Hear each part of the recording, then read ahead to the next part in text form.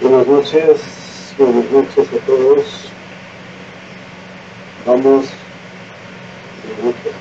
a dar inicio a nuestra quinta sesión científica de hoy día, martes 13 de junio de 2023. En orden del día vamos a ver nuestra oferta académica, la sesión académica del día de hoy, que es un tema importantísimo, es una frecuencia viviendo con el mundo. Sabemos que es un tema demasiado importante, después del embarazo, y que si no hay una lista adecuada, puede tener causas graves, complicaciones graves que afectan realmente a los gestante.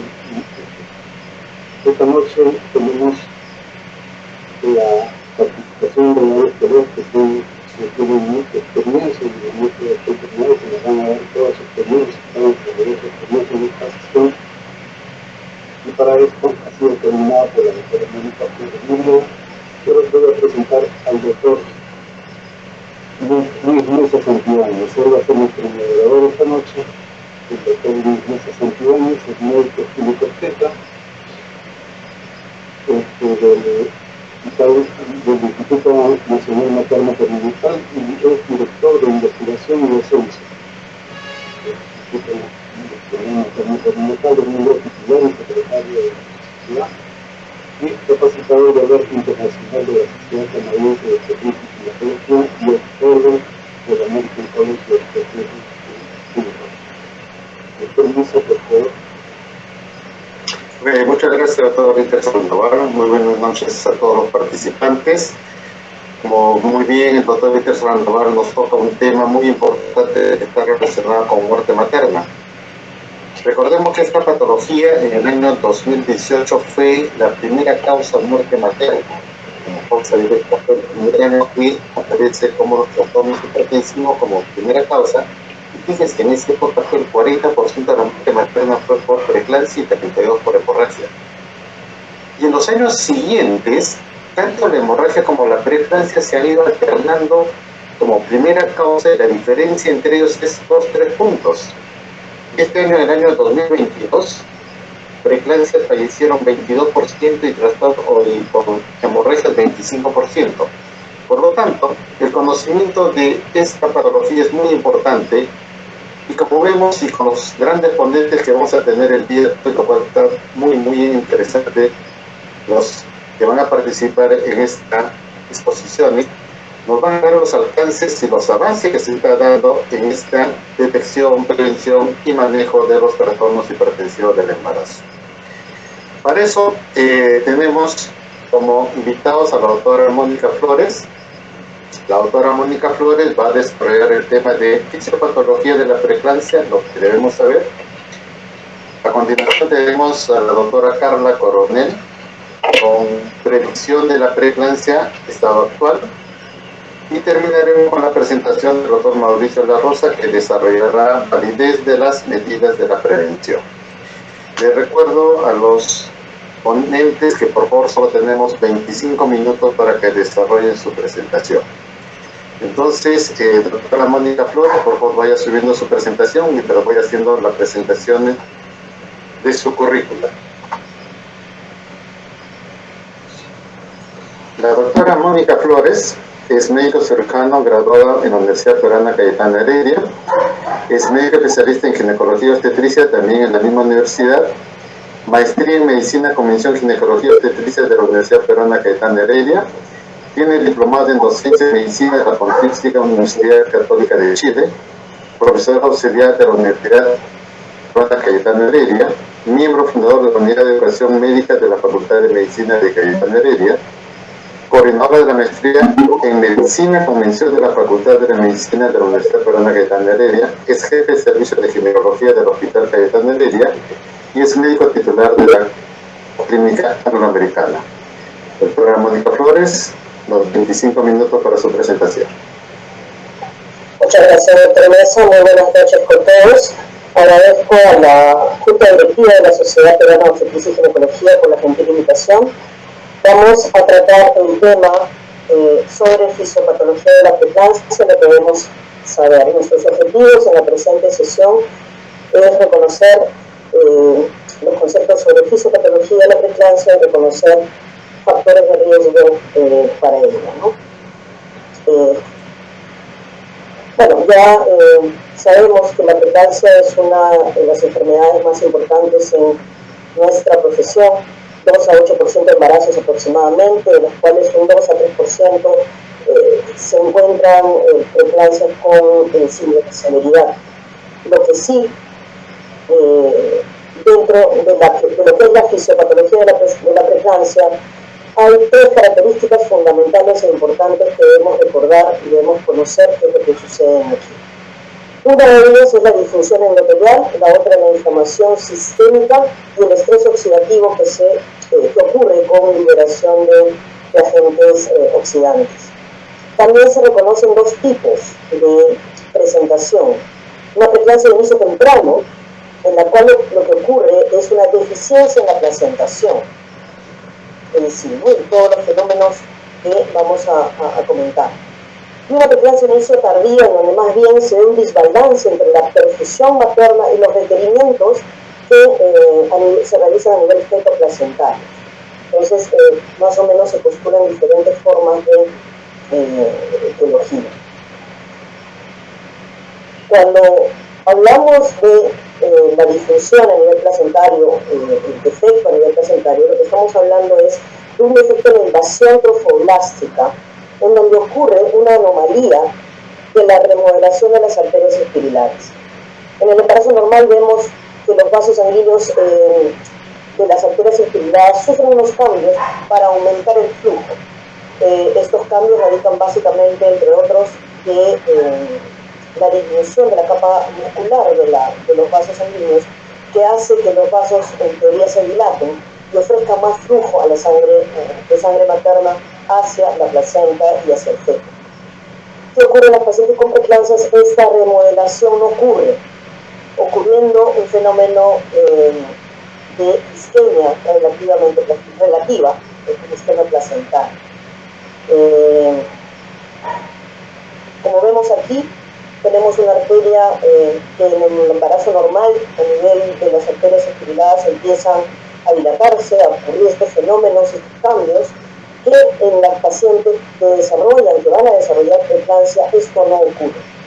Adicionalmente, se produce un fenómeno llamado aterosis también, que es algo similar a lo que ocurre en la arteriosclerosis, en la enfermedad coronaria, que se ha visto aproximadamente entre 4 a 7 veces en pacientes que desarrollan preeclampsia, ¿no? Es un depósito de células lipídicas, macrófagos, que hacen que la luz de la arteria se estrechezca aún más.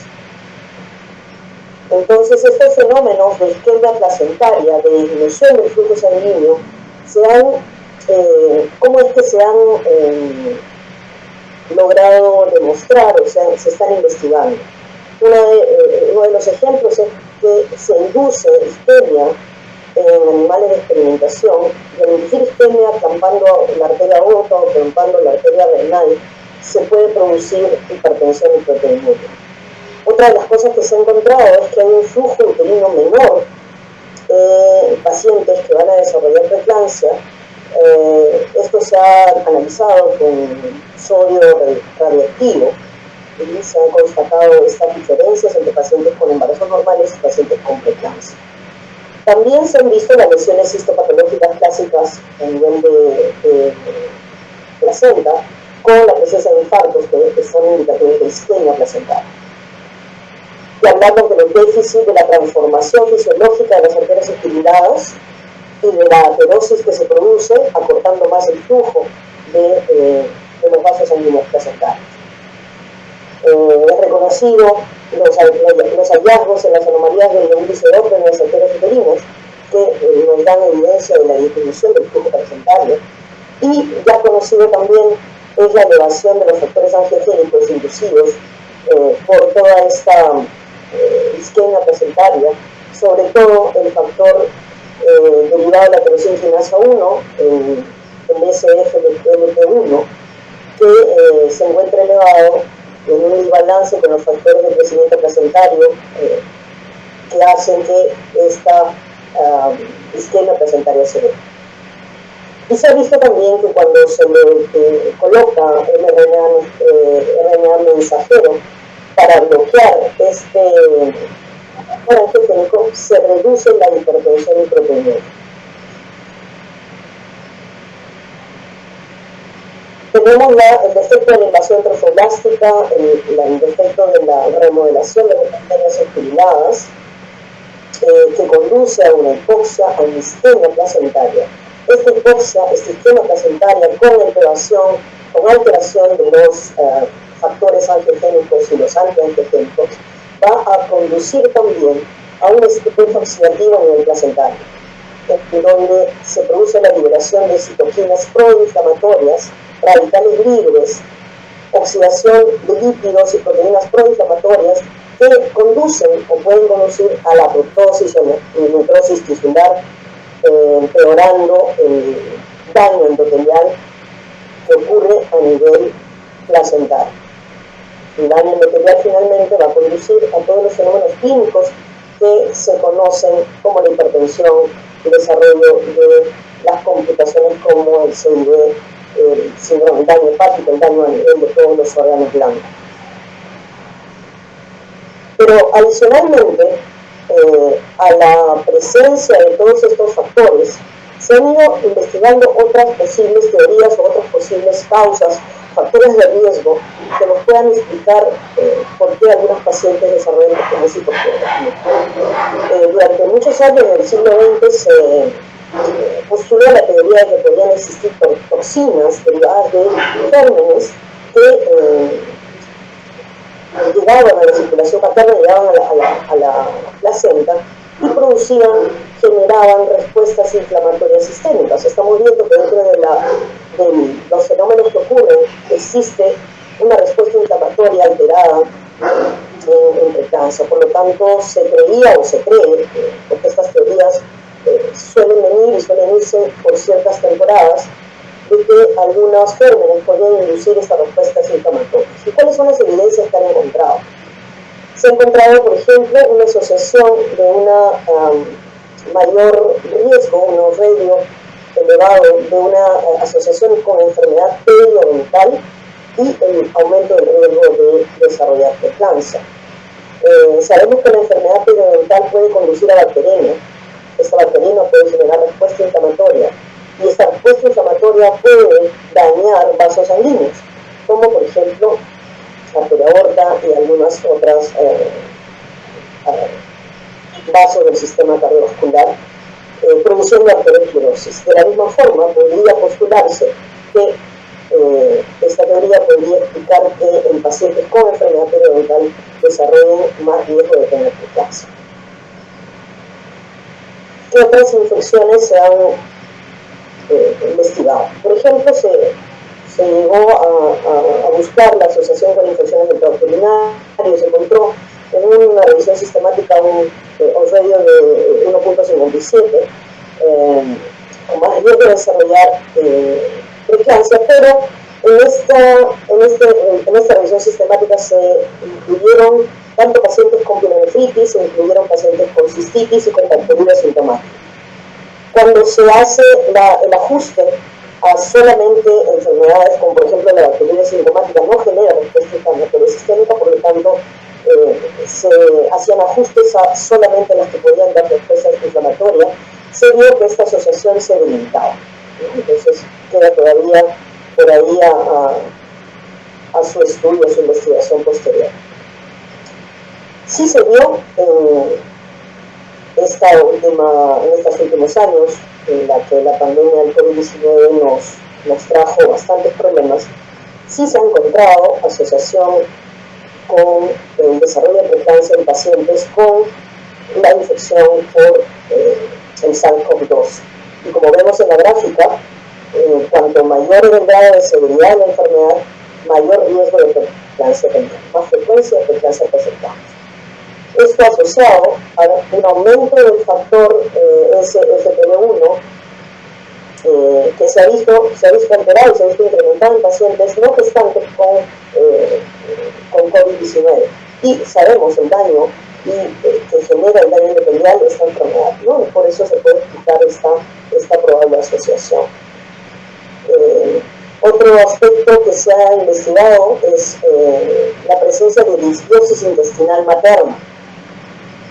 El cambio de la flora y la microbiota intestinal, ya sea por agentes externos, por cambios en la alimentación, podría estar asociado con la presencia de arteriosclerosis y por lo tanto condicionar a un mayor riesgo de desarrollar preeclampsia, ¿no?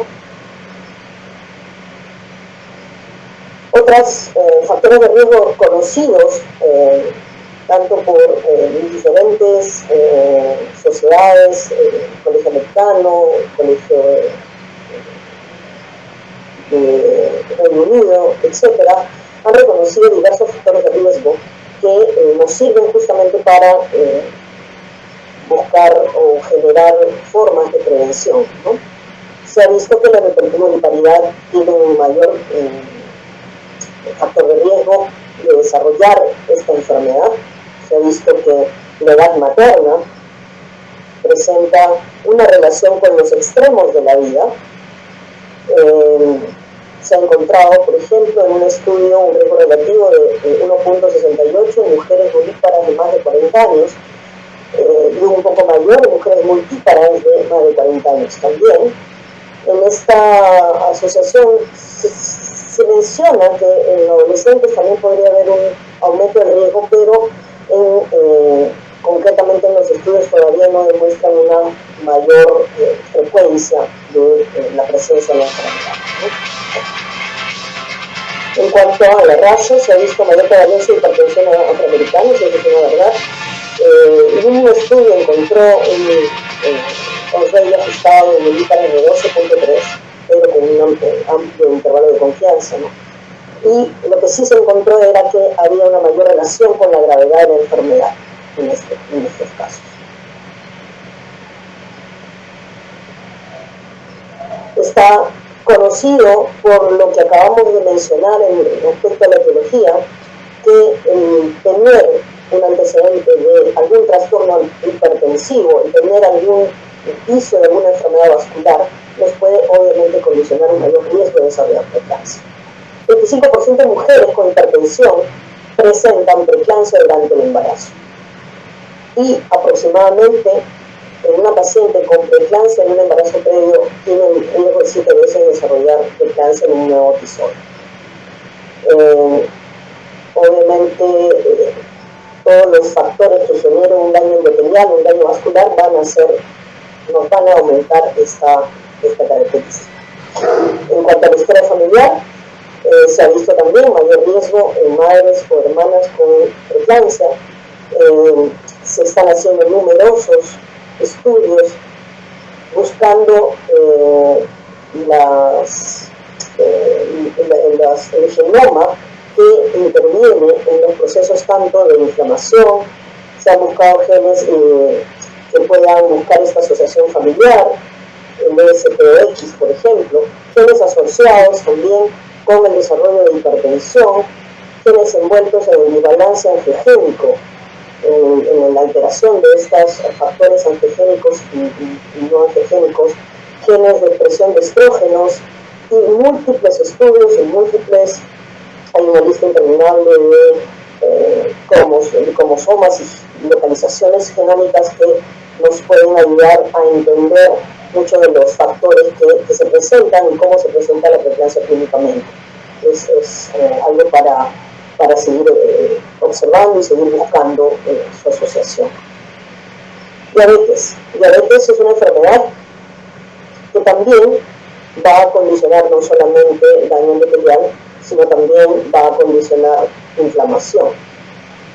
Por lo tanto, es un factor reconocido como un factor que aumenta el riesgo de desarrollar preeclampsia.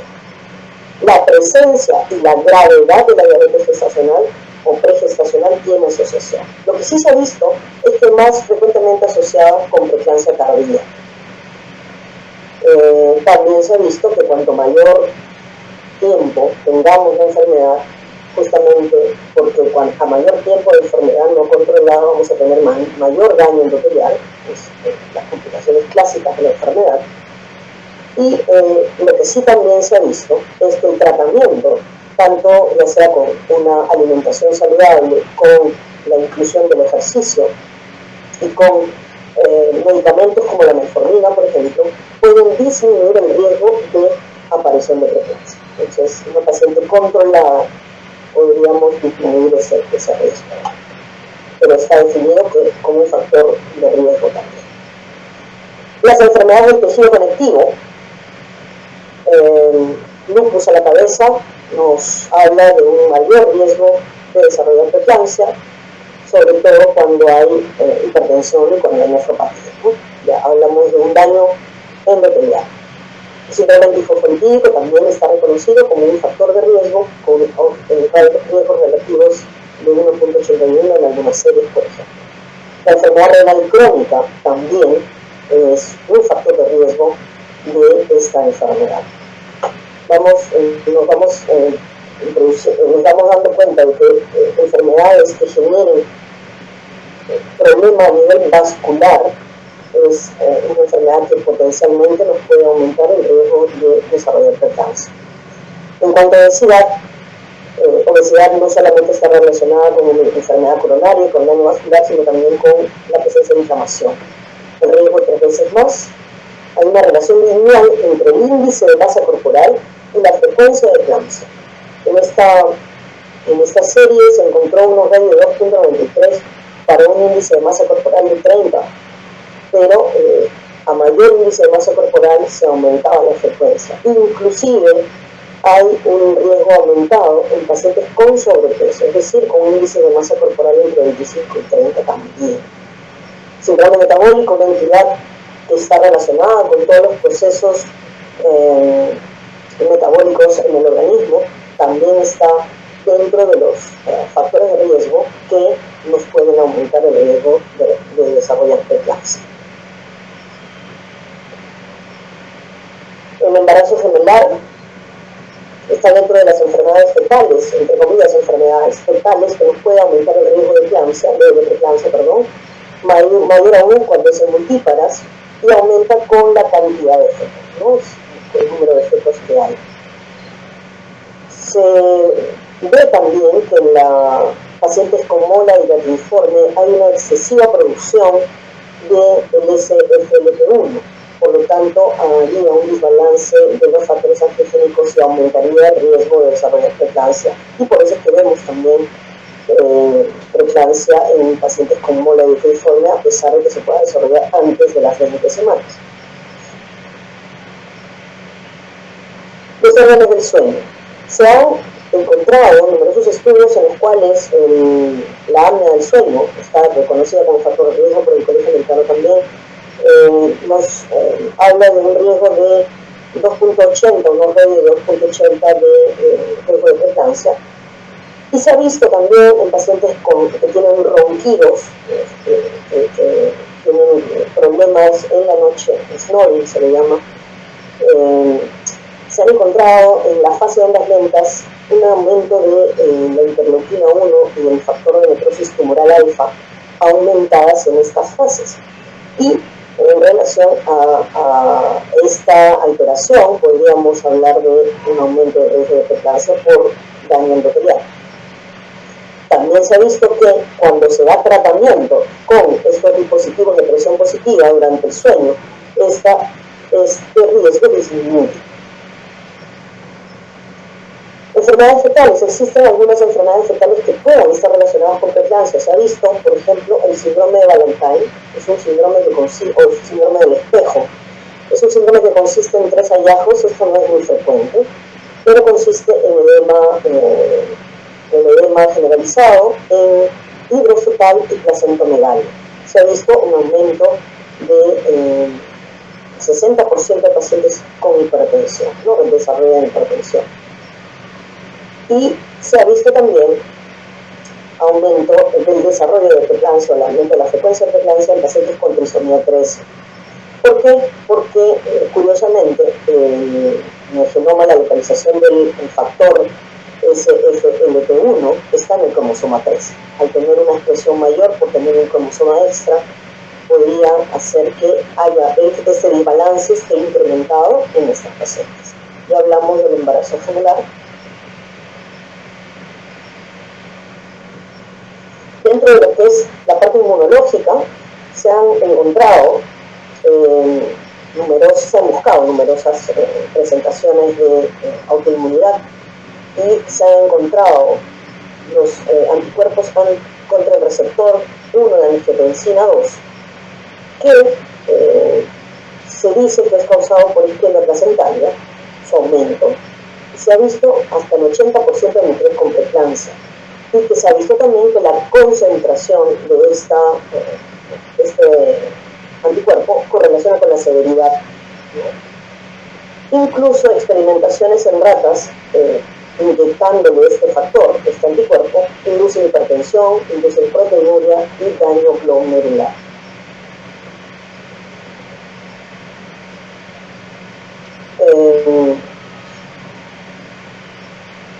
También se habla, y eso es justamente lo que siempre hemos reconocido como la preeclampsia en pacientes vivíparas, de una tolerancia inmune placentaria alterada, es decir, una falta de reconocimiento como de protección contra el feto que viene a ser el cuerpo extraño, y que hay un déficit de reconocimiento, déficit de protección de esta inmunidad, ¿no? Entonces, se decía, por ejemplo, en pacientes que tienen un primer embarazo, que no tienen esa protección, podrían desarrollar esta tolerancia inmune alterada. En pacientes que cambian de pareja, perdiendo esta protección. Pero en este caso, por ejemplo, se ha visto que espaciando los embarazos, ya esa protección sí se da, es decir, no se ve el mayor riesgo de preeclampsia. Pero sí se ha visto en pacientes que reciben ovodonación un mayor riesgo de preeclampsia. ¿Por qué se postula esta diferencia? Se postula básicamente porque en las pacientes que reciben ovodonación hay mayor frecuencia de síndrome de ovario poliquístico, hay mayor frecuencia de insuficiencia ovárica. Por lo tanto, esto genera un riesgo, se ve que hay mayor riesgo cardiovascular por estas enfermedades y genera un daño endocrino. Por ello podría explicar su mayor frecuencia en pacientes que reciben ovodonación. Enfermedades endocrinas también se ha postulado, no solamente la diabetes, sino por ejemplo el hiperparatiroidismo. Se dice que la hipocalcemia, eso lo hemos conocido, es un factor de riesgo de preeclampsia, el déficit de calcio. El déficit de vitamina D también ya está correlacionando con el aumento del riesgo de preeclampsia. Y sabemos que en el hiperparatiroidismo hemos encontrado esta enfermedad en mujeres con calcio y vitaminas D bajas. Acá en nuestro país no es tan frecuente, pero está dentro de lo conocido. Y se ha encontrado en algunos estudios en pacientes que presentan un adenoma paratiroideo, un riesgo elevado de preeclampsia. Entonces, el tratamiento con vitamina D y calcio puede reducir la presión arterial y la frecuencia, ¿no? También se ha visto eso. Por eso se postula como uno de los factores de riesgo también de esta enfermedad. Como vemos, a lo largo de toda la charla, hemos desarrollado múltiples teorías, múltiples factores de riesgo que podrían explicar y nos podrían dar mayor información sobre la presencia o el mayor riesgo de preeclampsia en alguna de nuestros pacientes.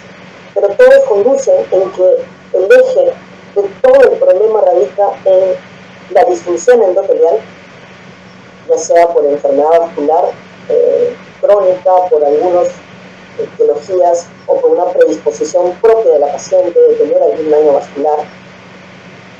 La inflamación que se conduce a raíz de la isquemia que se produce, la isquemia placentaria que se va a producir una mayor respuesta inflamatoria con liberación de agentes radicales libres, produciéndose el estrés oxidativo. Entonces, esto va a continuar con las investigaciones del caso y luego seguiremos buscando más teorías y más factores para poder tratar de prevenir o de tratar de dar tratamiento adecuado para esta enfermedad. Muchas gracias.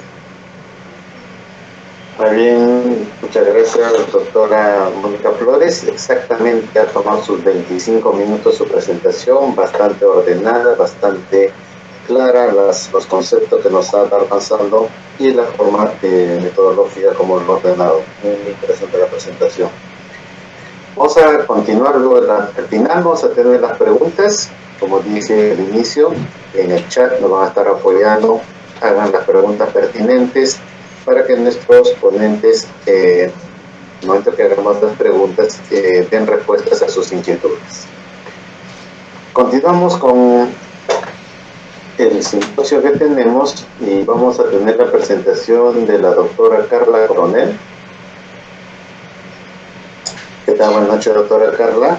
Por favor, vaya subiendo la presentación mientras voy presentándola a usted. El tema a tratar es prevención de la preeclampsia. ¿Qué estado actual tenemos? La doctora Carla Coronel es graduada en Medicina Humana de la Universidad Ricardo Palma. Tiene la especialidad de ginecología obstetricia, que lo realizó en el Hospital Edgardo Rivadavia Márquez por la Universidad San Martín de Porras.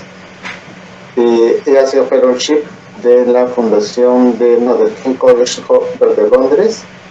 Actualmente es Senior Clinical Fellow de Ginecología Obstetricia de Santo Tomás Hospital de Londres y miembro social de la Sociedad Peruana de Obstetricia y Ginecología. Doctora Carla Coronel también tiene 25 minutos para desarrollar su tema. Muchas gracias, doctor, y gracias de nuevo por la invitación. Entonces, el tema que voy a tratar es predicción de la preeclampsia, estado actual. Es importante predecir, siempre hablamos del tratamiento, pero ¿tiene alguna importancia predecir quién va a tener preeclampsia? Sabemos que 76,000 mujeres mueren al año de preeclampsia y complicaciones. 500,000 de bebés muere al año de preeclampsia y complicaciones. Lo malo es que no solamente termina ahí. Las pacientes que sobreviven a preeclampsia pretérmino tienen 10 años reducida su expectativa de vida.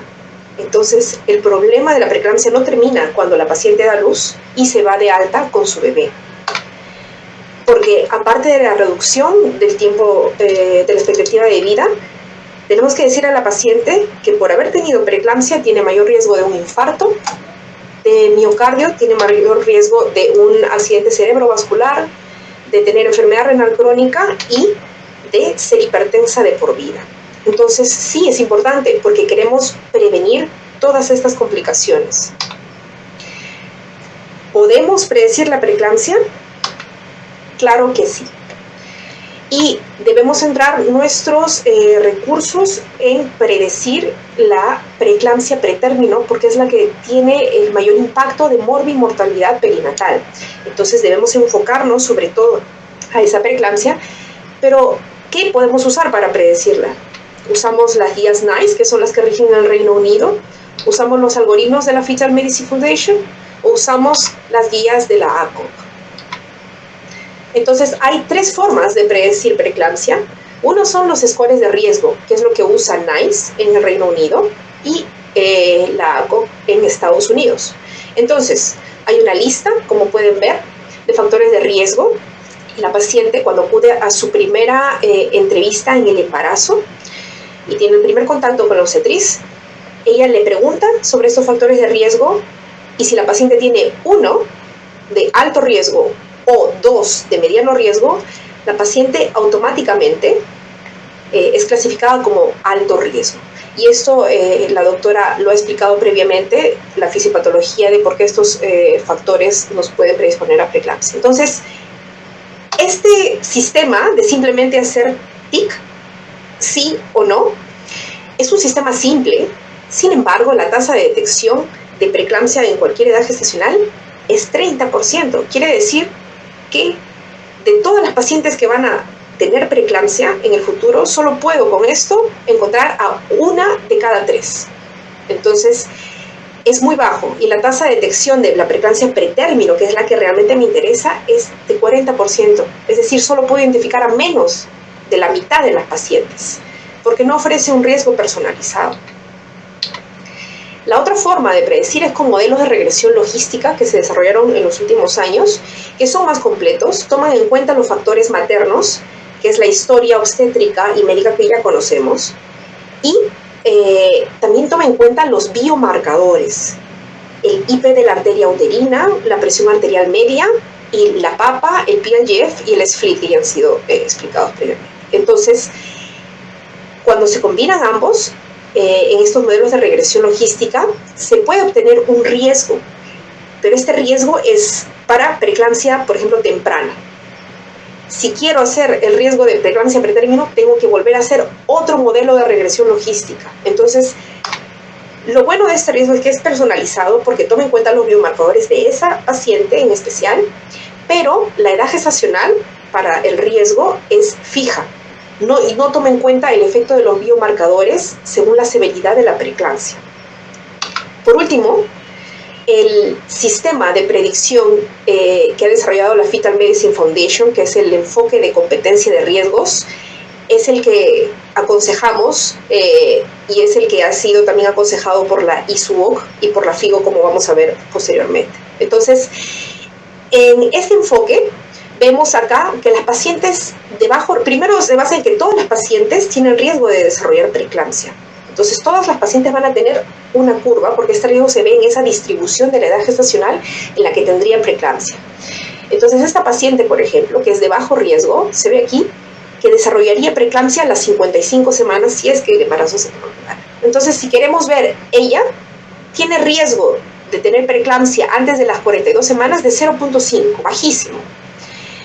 Entonces, en este enfoque de competencias tenemos el riesgo de la paciente por sus factores, que es el riesgo inicial, pero luego medimos los marcadores, la presión, el Doppler de las uterinas y la sangre, los factores bioquímicos, y se expresan en múltiplos de la mediana, porque no tienen validez como un valor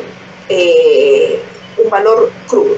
Necesitan ser convertidos en múltiplos de la mediana, y eso me va a modificar el riesgo inicial, y al final vamos a tener el riesgo final.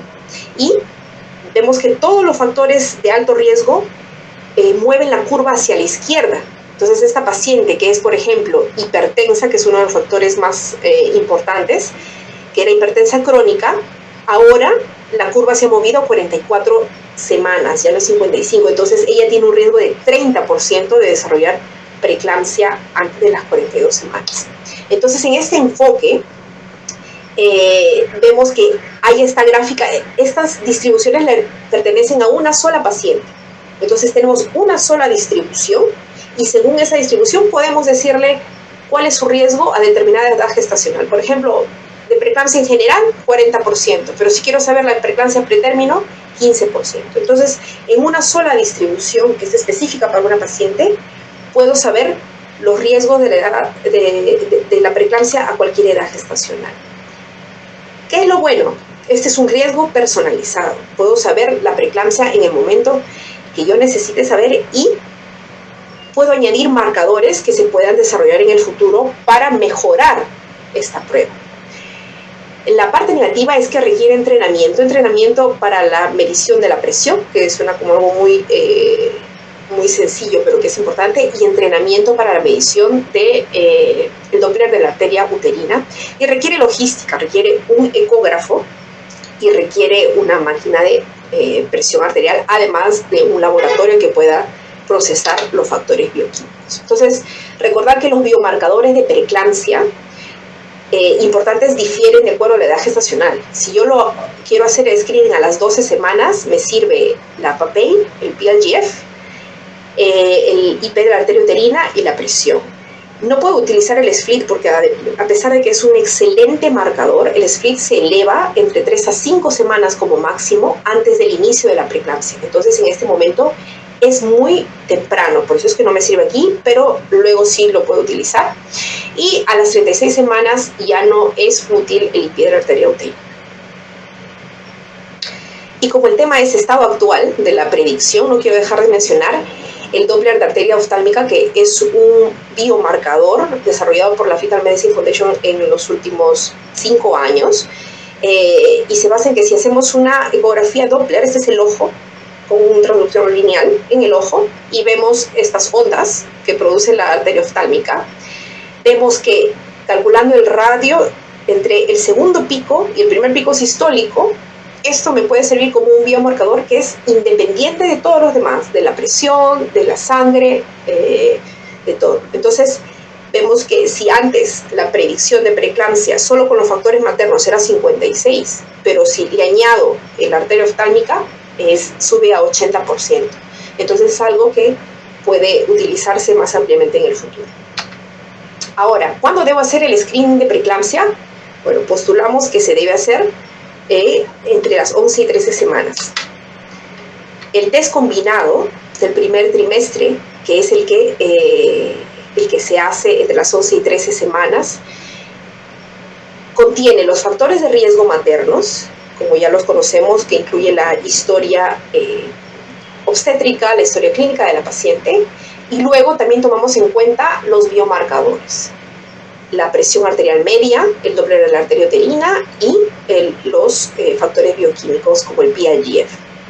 Y está probado que con este screening combinado del primer trimestre podemos detectar el 90% de las pacientes que van a tener preeclampsia menos de las 34 semanas, utilizando todas estas variables. ¿Qué quiere decir? Que si tengo 10 pacientes que iban a tener preeclampsia antes de las 34 semanas, utilizando este test puedo identificar a 9 de ellas. Y puedo identificar a 3/4 partes de las pacientes que van a tener preeclampsia antes de las 37 semanas, que son el grupo que efectivamente nos interesa. Entonces, sirve. Ahora, en este gráfico podemos ver la combinación de distintos biomarcadores y cómo estos afectan la tasa de detección, porque podemos decir, bueno, aquí no tenemos nada, solamente tenemos la historia clínica, y no podemos, como no tenemos la sangre, los factores bioquímicos que son una de las cosas más caras y a veces difíciles de encontrar, entonces no podemos hacerlo. No es cierto, porque si vemos la mejor tasa de detección efectivamente se logra combinando la presión arterial media, el Doppler arteria uterina y el PIGF. Eso nos va a dar 90%, como vimos en el gráfico anterior. Sin embargo, si vemos que a los factores maternos que tienen una baja tasa de detección le añadimos la presión arterial media, obtenemos 61% de detección. Pero si yo combino con presión arterial media e IP de la arteria uterina, algo que podemos hacer en todos los hospitales que tienen efectivamente un ecógrafo con Doppler, la tasa de detección es de 83%, que está muy cerca al 90%. Entonces, esto es lo mínimo que deberíamos ofrecer a las pacientes si tenemos la infraestructura para ello, ¿no? Y se determina alto riesgo cuando es mayor de 1 en 100. Ahora, solo unas palabras rápidas acerca de las mediciones, porque decimos presión arterial media, pero tenemos que hablar de formas estandarizadas de medición para que se puedan comparar y se puedan utilizar en los algoritmos. Idealmente, como se ve en la figura y como lo hacemos en la Fetal Medicine Foundation, tenemos las pacientes con 2 tensiómetros, se toman simultáneamente una medida y luego de 1 minuto se toma la otra. Lamentablemente no todos tienen 2 tensiómetros, entonces hay un enfoque práctico para esto. Se tiene que utilizar una máquina validada, acá está la lista de las máquinas validadas para preeclampsia, y la paciente tiene que descansar 5 minutos, los brazos apoyados al nivel del corazón, y hay que adaptar el tamaño del mango según la circunferencia del brazo.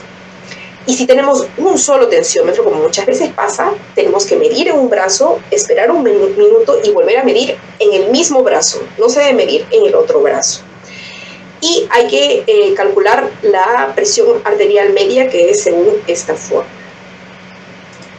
Entonces, cuando hablamos del IP de la arteria uterina, en este test también tenemos que hablar de forma estandarizada. Tiene que ser en la ecografía transabdominal en el mismo momento en el que se hace el cribado de cromosomopatías en el primer trimestre, la llamada ecografía genética.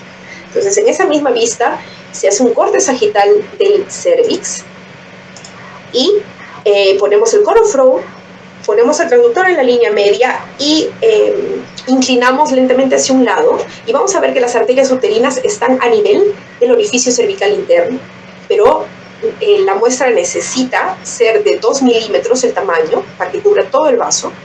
El ángulo de insolación tiene que ser menos de 30 grados y la velocidad picosistólica más de 60, porque si es menos podemos estar midiendo una rama de la uterina. Y debemos sacar el promedio, no sirve ser solamente una arteria, tenemos que sacar el promedio de ambas. Y es importante decir que esta medición tiene que ser hecha por alguien que esté acreditado para hacer dobles en arteria uterina. Entonces, El número necesario a tamizar en medicina clínica es una herramienta para poder ver la importancia de un test de screening, ¿no? Un test de tamizaje. Y acá vemos que si hablamos de predicción de preeclampsia, en el test combinado del primer trimestre deberíamos tamizar a 400 pacientes para evitar una preeclampsia menos de 34 semanas. Y cuando comparamos esto con las mediciones que se necesitan en áreas como de la oncología, vemos que estos números son mucho menores, por ejemplo, del tamizaje de PSA para cáncer de próstata. Entonces, es útil. ¿Qué nos dice la FIGO? Bueno, la FIGO concuerda con todo lo que les he dicho. Ellos presentaron una recomendación de buena práctica en el año 2009, que es igual a la guía práctica de la ISUO que publicó este año, en abril de este año, sobre la ecografía del primer trimestre. Entonces, los algoritmos publicados tienen que convertir los valores aislados de presión arterial media, PLGF y el IP de la arteria uterina en múltiplos de la mediana para poder hablar todos del mismo lenguaje. Y el riesgo de preeclampsia pretérmino se calcula utilizando el método basado en Bayes, que es la curva de distribución que mostré, y alto riesgo es cuando es más de 1 en 100. El test combinado es muy buen predictivo de preeclampsia pretérmino, pero no tanto de preeclampsia término. Y el mejor modelo es el que incluye los 4: el factor de riesgo materno, historia clínica, presión arterial media, PLGF y el IP de la arteria uterina. Ese es el ideal. Pero ¿qué pasa? Cuando no es posible medir marcadores bioquímicos o no tenemos un ecógrafo con Doppler para medir el IP de la arteria uterina, entonces la base del test de screening debe ser la combinación de factores maternos y presión arterial media. Esto es lo mínimo que podemos ofrecer a nuestras pacientes. Y cuando los recursos son limitados, hay que considerar hacer el screening a todas las pacientes embarazadas con factores maternos y presión arterial media, y a las que salgan de alto riesgo de ese grupo se les puede hacer un Doppler arteria uterina o tomar el PLGF si es que tenemos esos recursos limitados. Ahora, ¿es esto fácil? Porque yo estoy hablando de todo lo que debemos hacer y debemos saber dónde acudir, cómo poder calcular, y no hay nada más sencillo que calcular el riesgo. Lo único que tenemos que hacer en esta era en la que todos tenemos una computadora con internet o un smartphone es entrar a fetalmedicine.org. Luego tenemos que ir a la parte donde dice Calculators, damos clic, me va a aparecer esta ventana y luego pongo en Prediction of Risk, pongo acá 11 a 14 semanas. Esto es totalmente gratuito, se puede ingresar de cualquier computadora, de cualquier celular, y me va a aparecer esta ventana donde tenemos que poner las características del embarazo, si es embarazo único, cuál es el CRL para saber la edad gestacional, y toda la historia médica, historia obstétrica y características maternas, ¿no? Que son los factores maternos básicamente. Lo llenamos y luego en la parte de abajo están las mediciones biofísicas, es decir, la presión arterial media, y eso no lo tenemos que calcular nosotros. Si damos clic aquí, me va a salir la opción de 4 medidas, que debe ser 2 medidas de un lado y 2 medidas del otro, y el sistema va a calcular la presión arterial media. Y luego también pongo acá el IP de la arteria uterina. Y si tengo la sangre, lo pongo. Pero en nuestro caso, si trabajamos en hospitales, en consultorios donde no tenemos acceso a los factores bioquímicos, simplemente ponemos no. Y ponemos calcular riesgo. Y esto es lo que me va a aparecer. Esto es datos de una paciente X. Y vemos que de todos los datos, por ejemplo, el IP de la arteria uterina es alto, es 1.8 múltiplos de la mediana. Entonces, esto es lo que está aumentando su riesgo. Y esto es interesante porque vemos que si solamente nos hubiéramos basado en la historia clínica, en los factores maternos, como muchos de nosotros hacemos en el consultorio cuando viene una paciente y decimos, esta paciente es diabética, esta paciente, la hermana ha tenido preeclampsia, o esta paciente es de raza negra, tiene mayor riesgo, o fuma. Entonces, cuando nos basamos solamente en factores maternos, esta paciente sería bajo riesgo, casi 1 en 500. Pero cuando los marcadores los biomarcadores, en este caso la presión arterial media y el IP de la arteria uterina, no estoy incluyendo la sangre, veo que esta paciente es alto riesgo, es 1 en 95.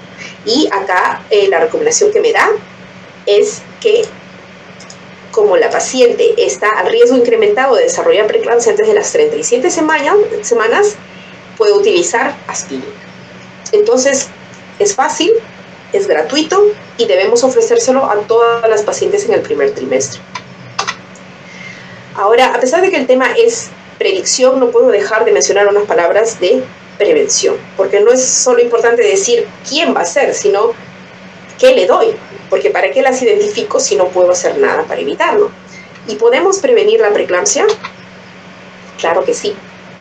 Entonces, solamente unas palabras sobre el ASPRE.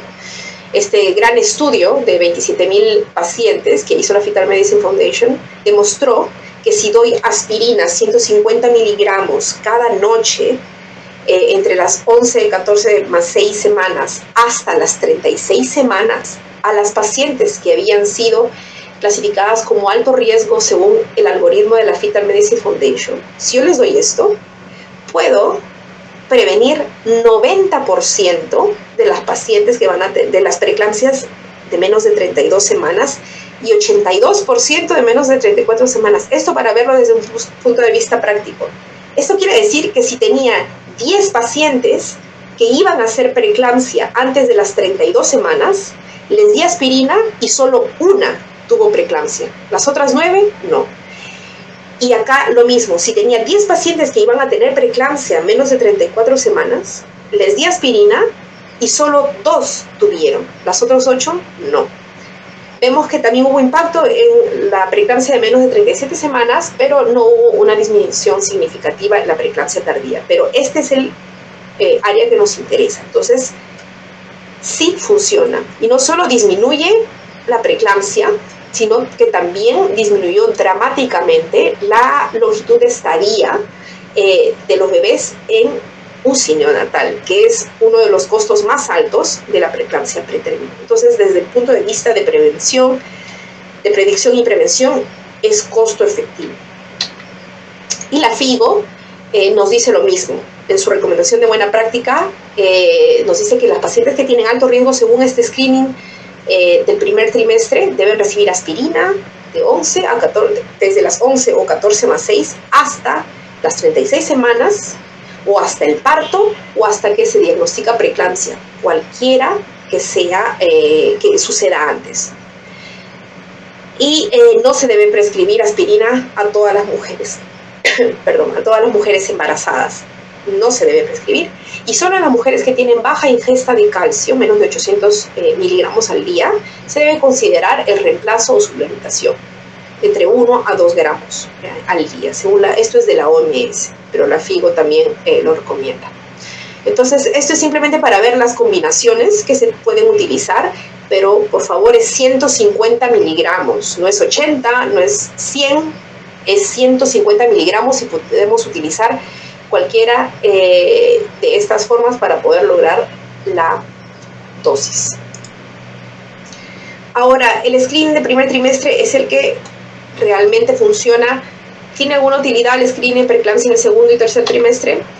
Bueno, en la FMF se hace a las 22 semanas, es decir, en la ecografía, al mismo tiempo que la ecografía morfológica, una estratificación de riesgo, pero esto no es para prevenir, porque ya no podemos prevenir la preeclampsia en ese momento, sino para definir el manejo. Entonces se estratifica en alto, mediano y bajo riesgo, más que nada para saber cómo vamos a seguir a las pacientes hasta el momento del siguiente screening que tienen a las 36 semanas. Si algunas necesitan una vigilancia más intensa. Y el screening de preeclampsia a término, sabemos que predecir la preeclampsia a término no es tan fácil en el primer trimestre ni en el segundo, pero cuando hacemos un screening a las 36 semanas, igual, con historia materna, con marcadores bioquímicos, si lo hacemos, sí podemos prevenir 75% de las pacientes que van a desarrollar preeclampsia a término, es decir, de 37 semanas a más.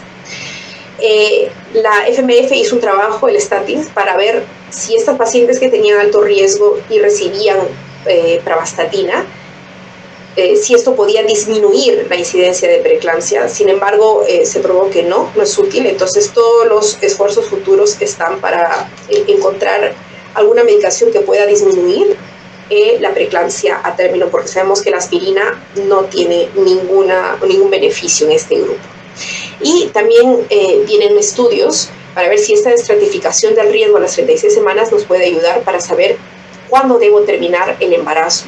Si la paciente tiene un alto riesgo, puedo terminar el embarazo a las 37 semanas de forma electiva.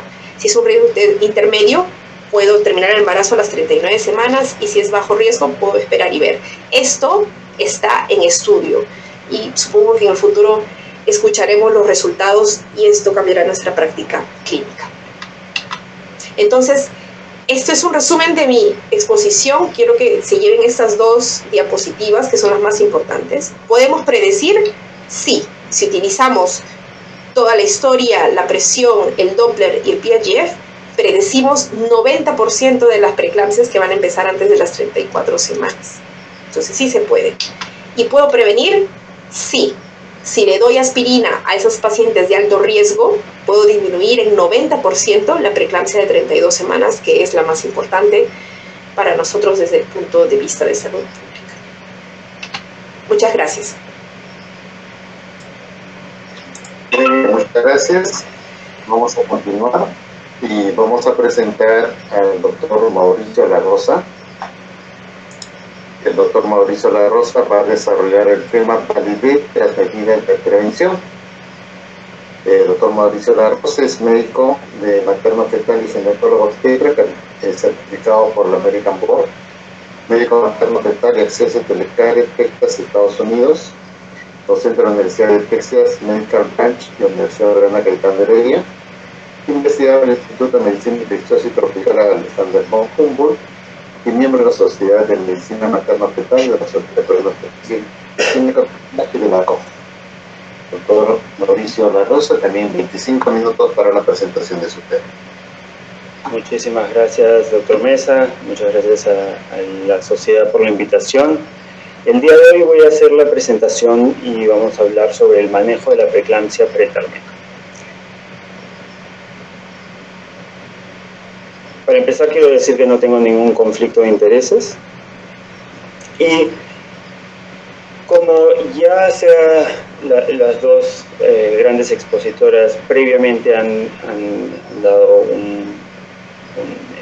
una visión bien grande sobre el impacto en la salud de la mujer causado por la preeclampsia, sabemos que la incidencia en Perú, y estos son algunos estudios un poco antiguos con algunos datos nuevos, pero es era alrededor de 5 a 7, 8%, que es bastante similar a otros países. Se ha descrito también que aproximadamente en pacientes intrahospitalarias la preeclampsia tiene una incidencia de 10 a 15%. Lógicamente, como ya lo explicó la doctora Flores, las incidencias y las prevalencias van a depender mucho de los factores de riesgo de cada población. Ahora, con respecto a la preeclampsia pretérmina, no tenemos datos tan claros de la prevalencia o de la incidencia. Lo que sabemos es que hay algunos estudios que han demostrado que han descrito, sobre todo de Noruega, que una de cada 200 va a tener preeclampsia pretérmina, que es aproximadamente el 13% de todas las preeclampsias, y con signos de severidad aproximadamente 0.3%. Entonces, estamos ante una situación, la preeclampsia pretérmina es una situación que es común y sabemos que tiene una alta, es una causa principal de mortalidad tanto materna como neonatal, y es importante entender cuáles son los datos que tenemos actualmente sobre el manejo dependiendo de la severidad. Entonces, una cosa que queda muy clara es que existe solamente un tratamiento para la preeclampsia en estos momentos, y el tratamiento para la preeclampsia es el parto. poder remover la placenta y luego de eso es digamos, el tratamiento para cualquier paciente. Ahora, sabemos que muchas veces estamos en la disyuntiva sobre el parto debido a la severidad de la madre, que se está presentando la patología, y por otro lado la prematuridad del próximo neonato. Entonces sabemos que apurar o no apurar, pero hacer el parto, dependiendo de la edad gestacional, puede tener riesgo de prematuridad, síndrome respiratorio para el neonato, hemorragias intravasculares, intraventriculares, enterocolitis necrotizante y mortalidad neonatal, lógicamente. Pero por otro lado, esperar y no realizar el parto tiene riesgos para la madre y para el feto, ya sea daño renal, daño hepático, eclampsia, accidente cerebrovascular, lógicamente mortalidad materna, desprendimiento prematuro de placenta y óbito. Entonces, es muy importante poder definir, basado en la edad gestacional, en la historia de la madre y en los resultados de severidad tanto maternos como fetales, cuál es el mejor momento para hacer el parto. El parto siempre va a ser lo apropiado para la madre. Ese es el concepto que es bastante claro. No hay una situación en la que mantener a la madre embarazada con preeclampsia va a ser positivo para la madre. El manejo, eso no es siempre para el feto, lógicamente. El manejo es de signos y síntomas, no cura la enfermedad. El hecho de poder manejar su presión no es la cura para la preeclampsia. La cura, como ya les dije, es el parto. Y los cambios patológicos ocurren mucho antes que los síntomas en sí.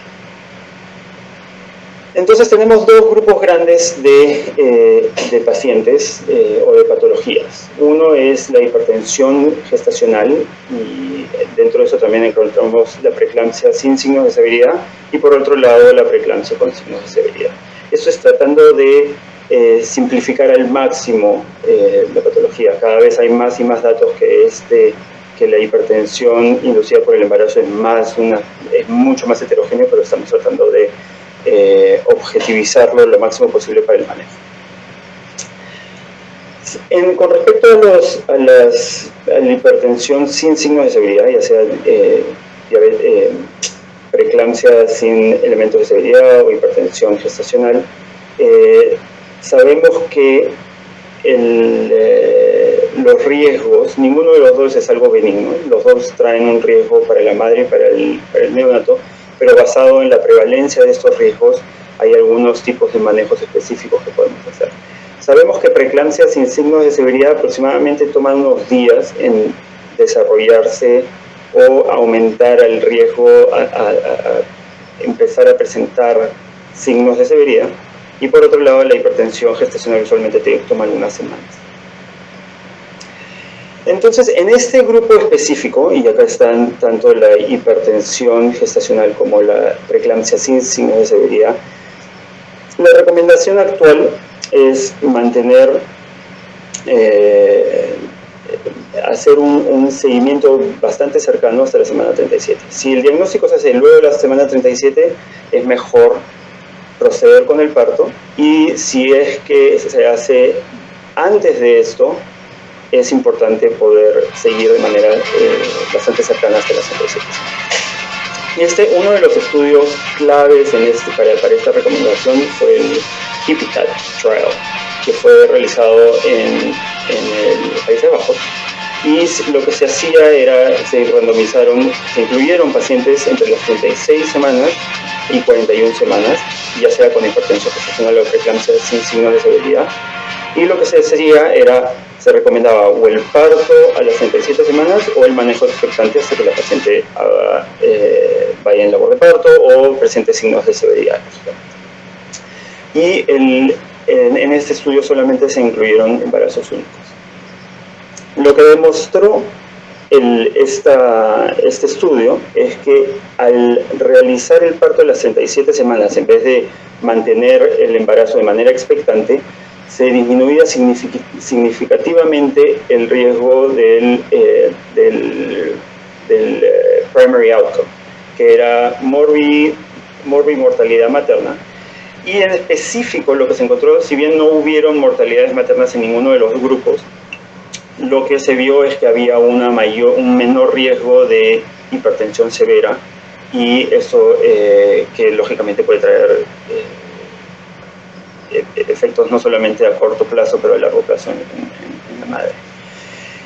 Otra cosa muy importante acá es que los resultados neonatales fueron los mismos en ambos, entonces el hecho de esperar no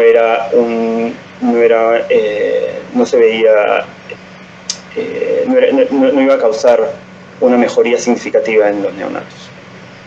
Como podemos ver aquí, esta es la tabla publicada en el Lancet en el 2009, y donde podemos ver que hay una diferencia, una disminución de hasta el 30% del composite outcome, que era esta combinación de múltiples diferentes resultados negativos para la madre, pero sobre todo se veía en la hipertensión severa. El riesgo de cesárea también era el mismo, como pueden ver, el intervalo de confianza pasa por el 1, y en ambos pacientes, ya sea en la inducción o en el manejo expectante, el riesgo de cesárea era el mismo, un poquito más bajo en la inducción de las 37 semanas. Entonces, eso es con respecto al manejo de pacientes con preeclampsia sin signo de severidad o hipertensión gestacional.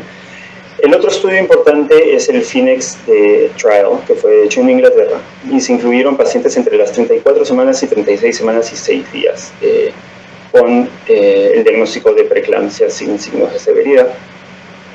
Y lo que se quería evaluar era si era mejor realizar el parto luego de las 48 horas, dándoles esteroides, o esperar a las 37 semanas. Y acá sí se incluyeron únicos y diamnióticos y coriónicos. Había una tendencia a un menor riesgo de presiones sistólicas severas en estos pacientes, y el riesgo también el riesgo neonatal estaba levemente aumentado en el grupo de parto inmediato. Entonces, que era probablemente por la prematuridad tardía de estos bebés. Por otro lado, el hecho de esperar o no esperar, se veía más claro el esperar hasta las 37 semanas en los pacientes que tenían 34 o 36 semanas, más no esa última semana justo previa a las 37 semanas.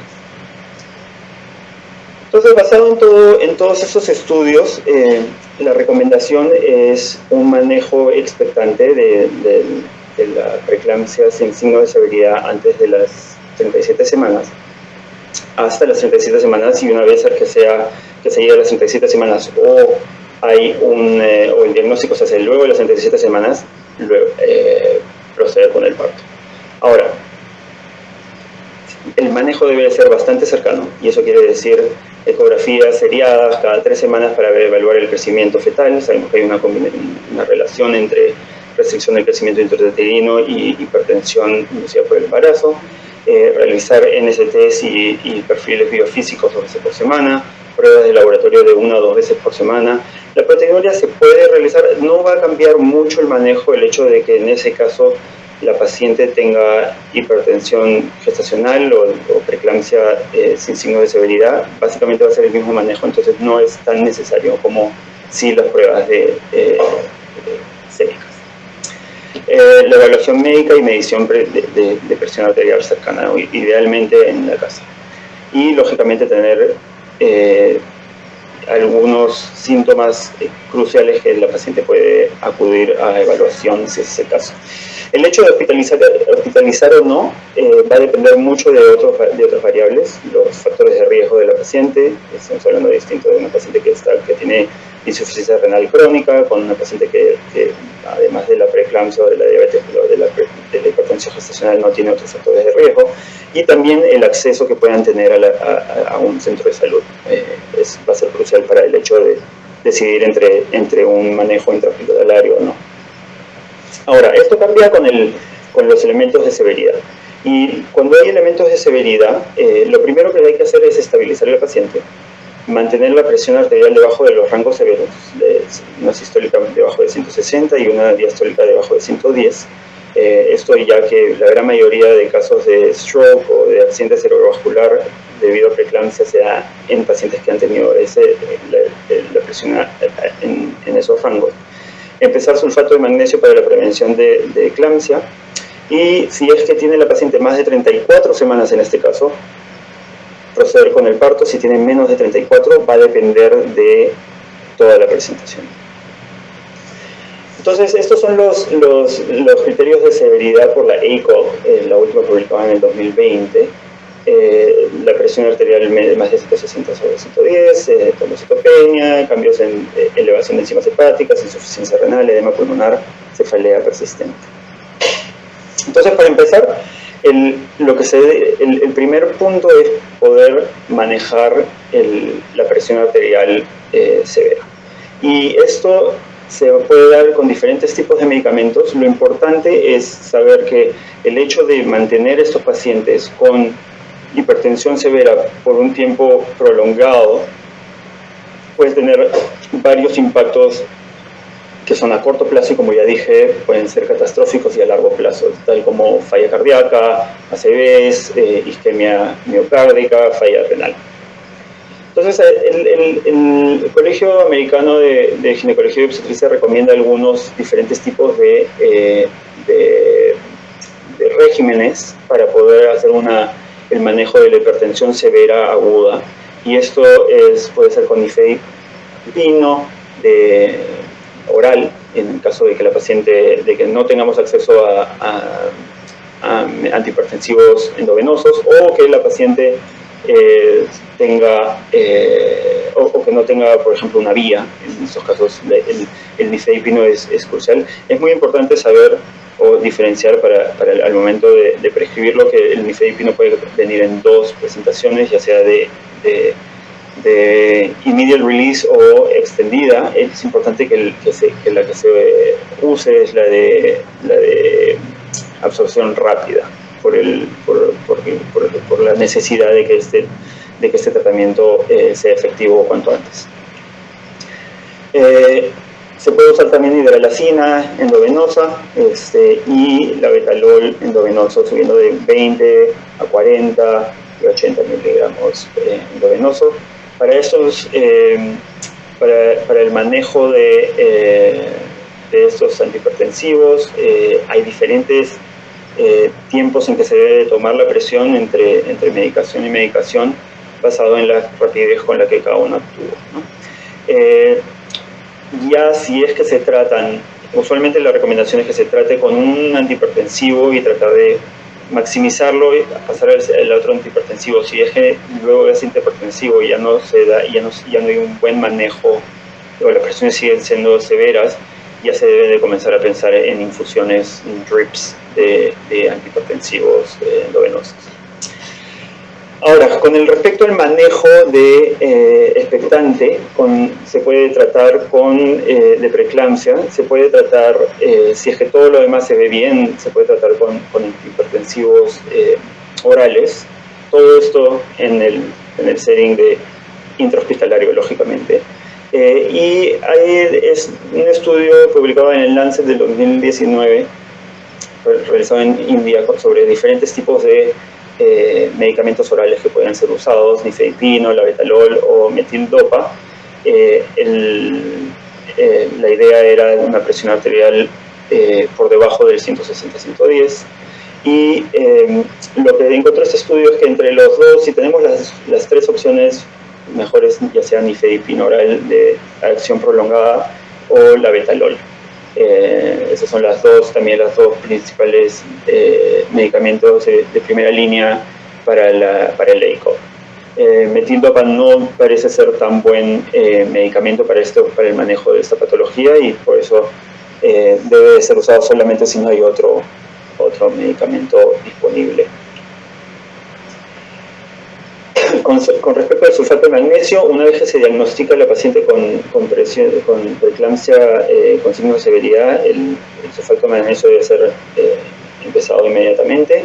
Ya se puede dar como endovenoso, se puede dar intramuscular en los casos de que la paciente no tenga una vía y que se requiera un manejo de profilaxis o el tratamiento de eclampsia de manera rápida. Y una cosa que algunos mitos que se deben de tener en cuenta aquí que no son ciertos. Uno, que el magnesio va a causar una coagulopatía y por lo cual se debe parar el magnesio. Eso no es cierto. Múltiples estudios han encontrado que el manejo del magnesio debe ser antes del parto, durante el parto y hasta 24 horas. Lo de 24 horas depende, 12-24 horas. No queda muy claro, pero el manejo es seguro durante el parto. Y lo otro es que se puede usar con nifedipino sin ningún tipo de problema. No hay un aumento. Antes se pensaba que aumentaba el riesgo de hipotonía y de toxicidad por magnesio, y eso no es cierto. El magnesio, ya llevamos varias décadas con datos de nivel 1 sobre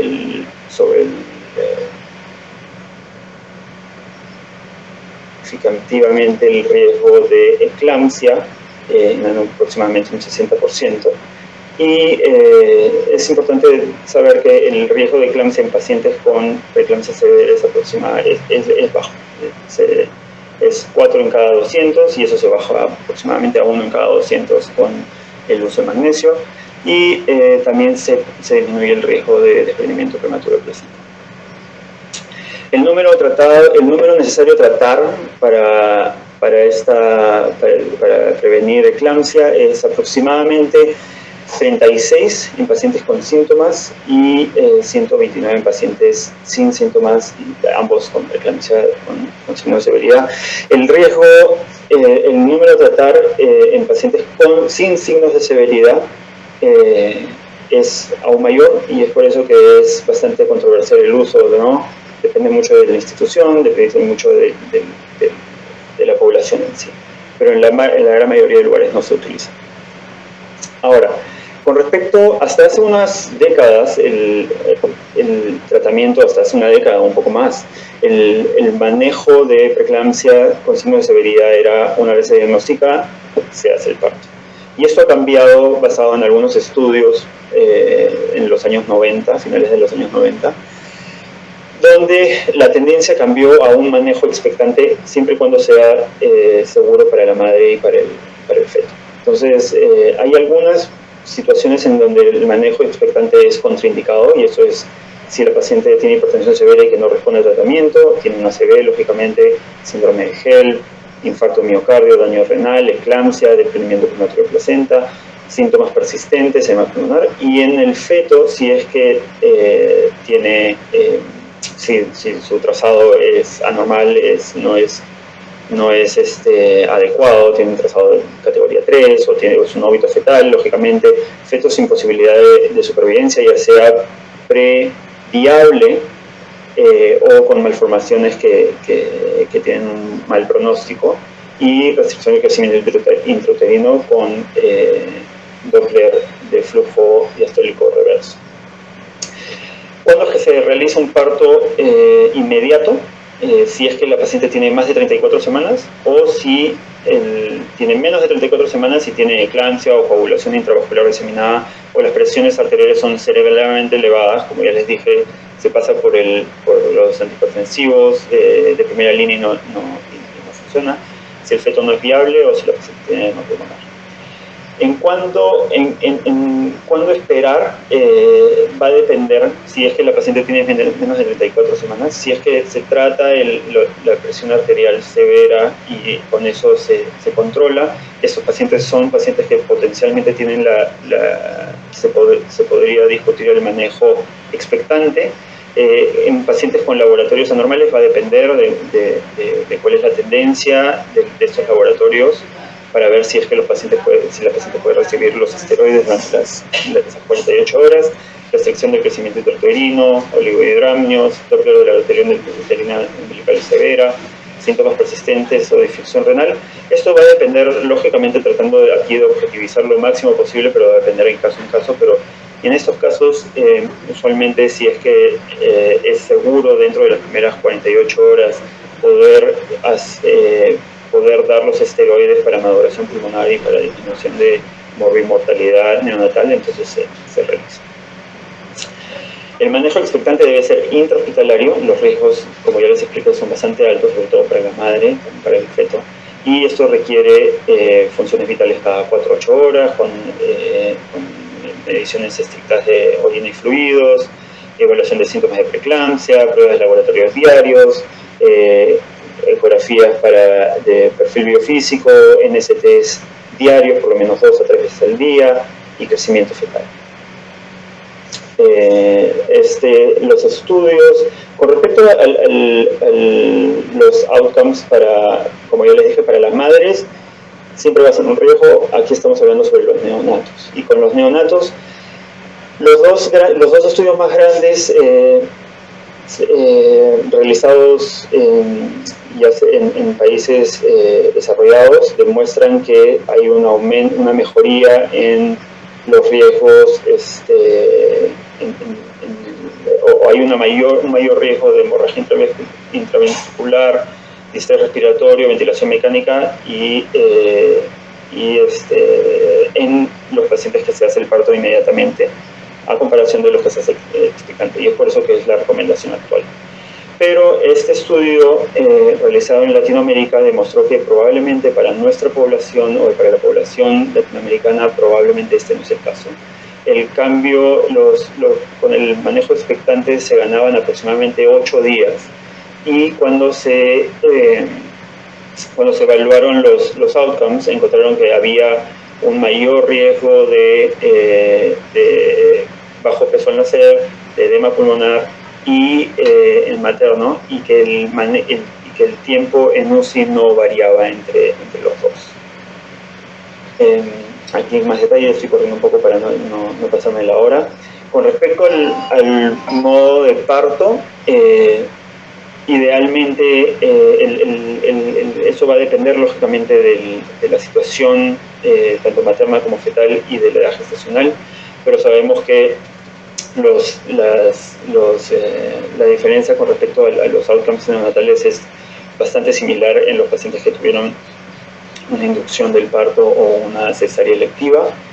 Lo que sí sabemos al momento de poder, y es muy importante el momento de poder discutir la decisión con la madre, es el riesgo o la posibilidad de que el parto se pueda dar una vez que sea inducido. Y sabemos que debido al magnesio, debido a la situación de la paciente con preeclampsia pretérmina, el riesgo de éxito de una inducción es significativamente disminuido cuando es menos de 32 semanas.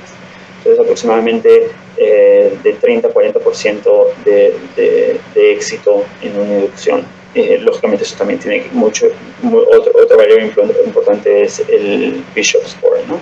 El score de Bishop. Con respecto a anestesia, idealmente, si no hay trombocitopenia severa, lo regional siempre va a ser lo mejor posible. Hay riesgos con respecto a la intubación y a la anestesia general. Hay una hipertensión severa al momento de tratar de hacer la inducción para la intubación, que puede causar un ACV, edema laringio, aspiración. Podemos hablar más de esto si hay preguntas, y lógicamente continuar el magnesio, como yo les dije. Hay algunos estudios que han demostrado que el hecho de, todos son retrospectivos, pero puede ser que el manejo expectante no sea tan benigno a largo plazo como pensamos. no ha habido aún estudios que demuestren y que hagan el manejo expectante algo contraindicado, pero hay una tendencia a ver que puede ser que tenga algún impacto a largo plazo.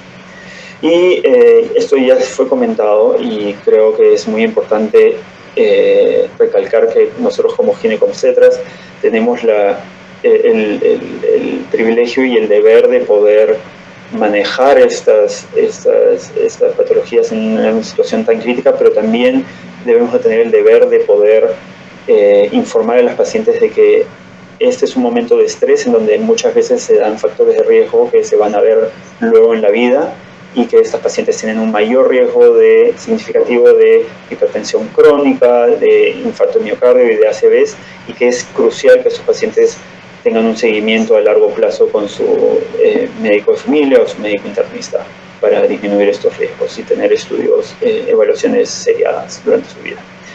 Muchas gracias, disculpen, me pasé unos minutos.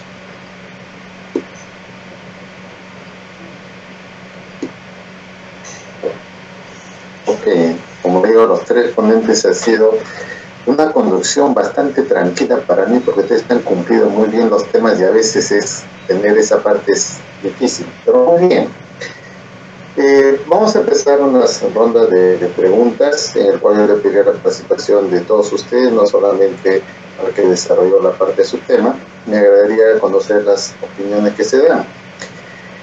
Y, por ejemplo, cuando nosotros tenemos la oportunidad de trabajar con los profesionales que están trabajando en el primer nivel de atención,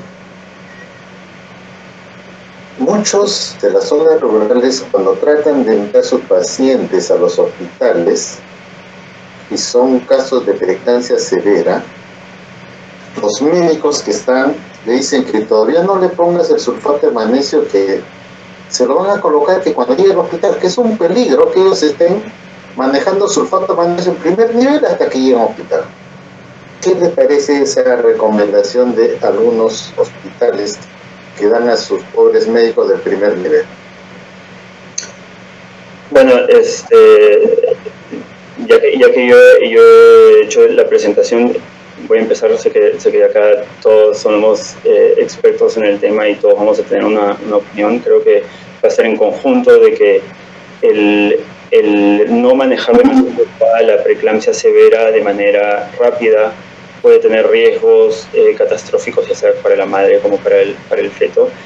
Sabemos que existe un potencial de riesgo de toxicidad por magnesio, pero se da ya que el magnesio es metabolizado y casi en su 100% a nivel excretado. La gran mayoría de pacientes no va a proceder si es que se utilizan los regímenes actuales, no van a llegar a tener una toxicidad por magnesio. Para eso es importante que sean evaluados de manera constante, pero el hecho de esperar puede tener resultados catastróficos y la recomendación es que se empiece cuanto antes. Muy bien. Doctora Coronel, ¿qué nos podría comentar ese hecho? Estos casos que los encontramos en muchas regiones del país, me he encontrado con esa recomendación a los pobres médicos generales o serumistas que tenemos en periferia.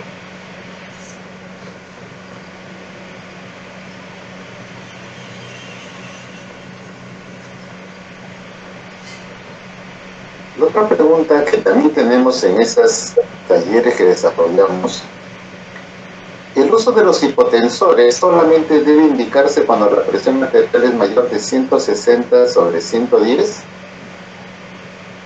Teniendo los casos de mi paciente que tiene una preeclampsia con signo de severidad, pero solamente está con 150/110 y dolor de cabeza de tinnitus, la pregunta es: ¿el uso de hipotensores solo es cuando tiene la presión arterial mayor de 160/110?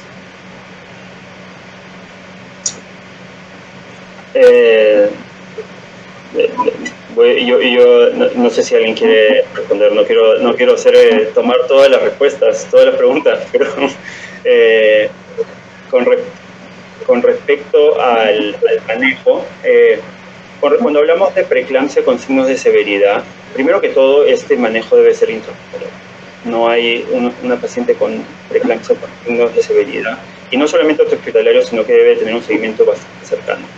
Ahí, como ya repetí, quiero recalcar el hecho de hacer un manejo expectante de una preeclampsia severa o con signos de severidad no trae ningún beneficio para la madre. Es simplemente, son riesgos que está tomando la madre para poder aumentar en algo y disminuir el riesgo de prematuridad en el neonato. Con respecto al tratamiento en sí, las recomendaciones actuales es tratar con antihipertensivos de manera inmediata cuando la presión está por encima de 160 sobre 110 o 100, dependiendo de la recuperación. El manejo de antihipertensivos orales es para poder prevenir que este sea el caso, si es que la paciente además está estable. Los cortes actualmente en ACOG son 160 sobre 110. Esto no se debe de mezclar con el último estudio del New England Journal sobre el manejo de presión arterial crónica y que la presión debería de mantenerse por debajo de 140 sobre 90. Eso es completamente distinto, una población completamente distinta. Ok. Doctor, solamente quiero decir algo pequeño. Sí. Solo para comentar que en el Reino Unido nosotros damos medicación de inicio labetalol cuando la presión es 135-85. Hasta el año pasado se esperaba 140-90 y se daba medicación, pero ahora con 135-85 se probó de que había beneficio y empezamos desde ese momento, independientemente de la edad gestacional, hasta el parto. Doctora Coronel, pero eso es para pacientes con hipertensión crónica, ¿no? ¿O para preeclampsia? No. Para preeclampsia. Es para preeclampsia. Es para pacientes con hipertensión en el embarazo.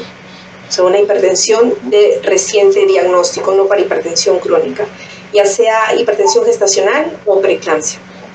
Ese cambio ha sido hace solamente unos meses. Exacto. Es una nueva tendencia que se está evaluando y se está dando eso. Muy bien. De correr el punto de corte. Justo la pregunta, ¿por qué les hacía esto? Porque cuando trabajamos esto de las claves, la clave azul, el concepto en clave azul te dicen, si tú dices que te es una preeclampsia con signo de severidad, tu tratamiento es 3 segundos. Hidratas, hipotensor y sulfato de magnesio. Debemos empezar ya inmediatamente y trasladarlo al paciente bajo una vigilancia en esas condiciones hasta que llegue a un hospital, los cuales asumirán ya toda la conducción del caso. ¿Okay? Otra pregunta, justo acá hay una que dice, el aumento de SFLT1 y la disminución del IGF es la base de la fisiopatología de la preeclampsia, que esto ya se ha demostrado. Entonces, pregunta, ¿es de utilidad en nuestra población el ratio de SFLT1 y PIGF para predecir complicaciones derivadas de la preeclampsia? La primera pregunta diría... Repetir la pregunta. La pregunta es, primera pregunta diría, ¿estamos haciendo acá en el país, en el Perú, el dosaje de la SPLT1 y de la PGB? ¿Hay clínicas o laboratorios particulares que estén haciendo esas pruebas en el Perú?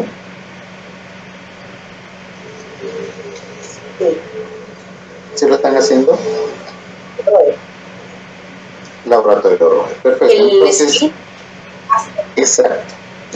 Entonces, nosotros estas pruebas, si lo realizamos en el primer trimestre, ¿tendrá mucho beneficio con nuestras pacientes? Doctor, lo escucho muy entrecortado. Creo que la pregunta era si se hace dosaje de SFLT o de PRGF acá en el Perú. Sí, correcto. Correcto, es eso estamos.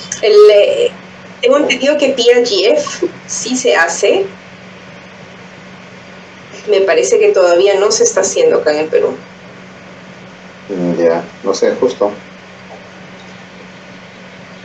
Doctora Flores, me está diciendo, creo que en el laboratorio de ROE están realizando estas pruebas. No estoy segura si los dos, pero Ya. sí en alguna oportunidad nos han mandado información sobre el dosaje de los factores antiogénicos. No estoy segura si cuál de los dos o si los dos, pero sí hay la información, pero obviamente el costo es muy elevado, ¿no? No es un costo para la población general. Pero creo que mientras la doctora se conecta, lo que yo he entendido de la exposición de la doctora es que si tuviéramos todas las condiciones económicas para dosar, sí estaría dentro del screening ideal, ¿no? Junto con la presión arterial media, la historia clínica y el Doppler de las arterias superiores, ¿no? Que reportó justamente que el 90%, más del 98% era la capacidad de 90% era la capacidad de predecir, ¿no? Entonces ahí ya está conectada la doctora. Sí, perdón, el internet. Bueno, creo que no sé si he respondido la parte de si está disponible la prueba aquí en el Perú. Tengo entendido que el PRGF sí, el SFLIT, pero no de manera masiva. Me parece que hay un laboratorio que está ofreciendo. Sí, sí valdría la... Bueno, sí, desde el punto de vista de salud pública, primero tendríamos que ver cuál es el costo, si eso se abarataría, porque sabemos que la mejor tasa de detección, hasta el 90%, es si utilizamos el PRGF. Sin embargo, dado el sistema de salud que tenemos y los escasos recursos, podemos utilizar el test de screening sin el PRGF por ahora, porque llegamos a 83% de tasa de detección, que es muy comparable con 90%. Entonces, idealmente sí, deberíamos tenerlo, pero si utilizamos la presión arterial media y los factores bioquímicos y el Doppler, entonces podemos llegar a 83%, que está muy cerca del 90% que nos daría, incluyendo los factores bioquímicos. Pero si pudiéramos tenerlo, claro que sí, deberíamos, pero por ahora podemos ir adaptando según los recursos que tenemos. Justo por los controles de presión arterial media, doctora, ¿hay algunos factores de corte para decir si su presión arterial media en el segundo trimestre es mayor de tanto, ya está en riesgo, en el primer trimestre tanto? No. ¿Cómo está? Justamente eso, lo que usted ha dicho, es algo muy importante y es lo que quería incidir. Los valores, un valor que diga 5, 4, 3, 75, no tienen ninguna significancia si yo no lo convierto, bueno, para ese enfoque de cálculo de riesgo, si yo no lo convierto a un múltiplo de la mediana. Es como antes decíamos, si la translucencia nucal es más de 2, no, es alto riesgo. No, la translucencia nucal es más de 2, puede ser incrementada si la edad gestacional es cerca de las 11 semanas, pero en una edad gestacional de casi 14 semanas, 2 es un número totalmente normal. Entonces, tenemos que hacer múltiplo de la mediana para saber cuál es la real significancia y poder utilizar ese valor en el algoritmo. Entonces, no hay un punto de corte donde yo diga esta presión arterial, esta paciente me va a hacer preeclampsia. Tenemos que convertirlo en múltiplos de la mediana, eso se puede hacer en la página web que dije, y combinar con los factores maternos, y ahí me va a salir el riesgo. Ya no estamos en el tiempo de con una sola cosa poder calcular un riesgo, tenemos que acoplar todo lo que tenemos. Es un factor multifactorial que nos permite tener una mejor panorama de lo que está sucediendo y tomar decisiones. Y la pregunta es, justo cuando hablamos de la prevención con el uso de la aspirina, ¿y por qué solamente en menores de 16 semanas de embarazo? Pasado las 16. Porque, bueno, han habido varios estudios que han visto el efecto que tiene la aspirina según distintas edades gestacionales, y el mayor beneficio se obtiene cuando se toma la aspirina según la FMF hasta las 14+6, según la ACOG, idealmente hasta antes de las 16 semanas. pasado eso, el beneficio ya no es significativo. Y tenemos que tener en cuenta que, a pesar de que el estudio ASPRE tuvo, entre el placebo y la aspirina, tuvo casi igual número de eventos adversos, de complicaciones, de sangrado. Entonces la diferencia no fue estadísticamente significativa. Hay otros estudios que dicen que el uso de aspirina durante el embarazo, esa aspirina como preventivo, está asociado a un incremento de sangrado posparto y a un incremento de hematoma posparto.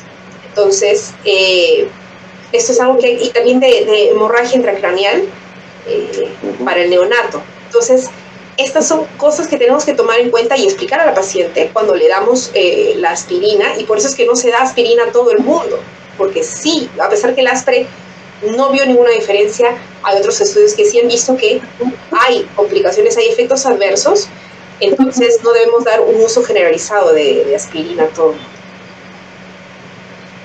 Ok, fíjense que hay una publicación muy interesante que habla de la hipertensión en la mujer embarazada, que es la guía del ISSHP 2022, y hace un comentario que se debería dejar la clasificación de preeclampsia con signos o sin signos de severidad, porque dice la evolución es muy tórpida y no predictiva cómo evoluciona esta patología, si solamente deberíamos tratarla como preeclampsia en general y estar atentos a cualquier cambio. Entonces dicen, no estemos colocando como con signos y sin signos, simplemente dejarlo como preeclampsia y que trabajemos todos, estar alerta en cualquier momento que se complica esto. ¿Qué opinan sobre esa sugerencia que hace esta guía?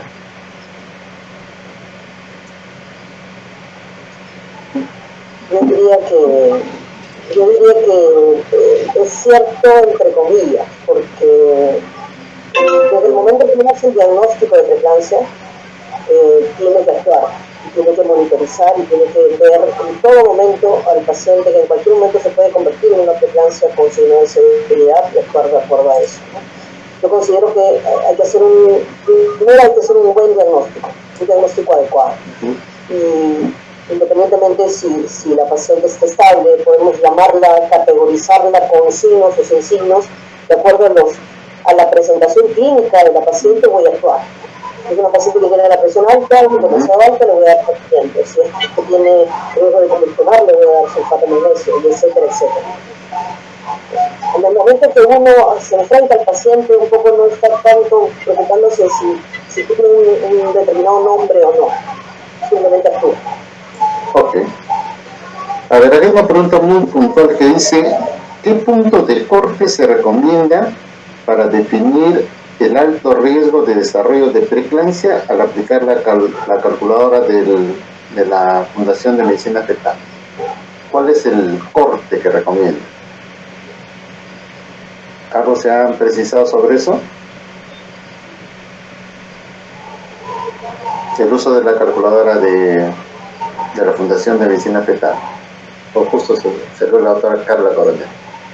Justo salió la doctora. Pero con respecto a la pregunta anterior, yo estoy completamente de acuerdo con lo que dice la doctora Flores. La tendencia ahora es a poder, sabemos que cuanto más avanzamos y más aprendemos, es difícil decir que las cosas son tan objetivas como, ok, tú entras en este grupo de patología y es algo mucho más heterogéneo y más difícil de poder, pero para el manejo clínico es muy importante tener los conceptos claros con lo que sabemos hasta el momento, y el hecho de que sea preeclampsia sin signos de severidad o una hipertensión gestacional no quiere decir que la paciente está sana y que no tiene un riesgo de complicaciones. Existe el riesgo de complicaciones, simplemente que lógicamente estos son menores o menos agudos que el de una paciente con signos de severidad. Entonces va a depender mucho del cuadro clínico, pero sí, completamente de acuerdo.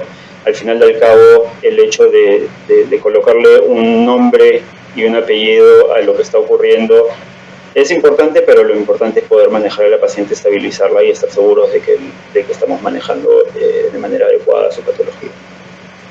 Ok.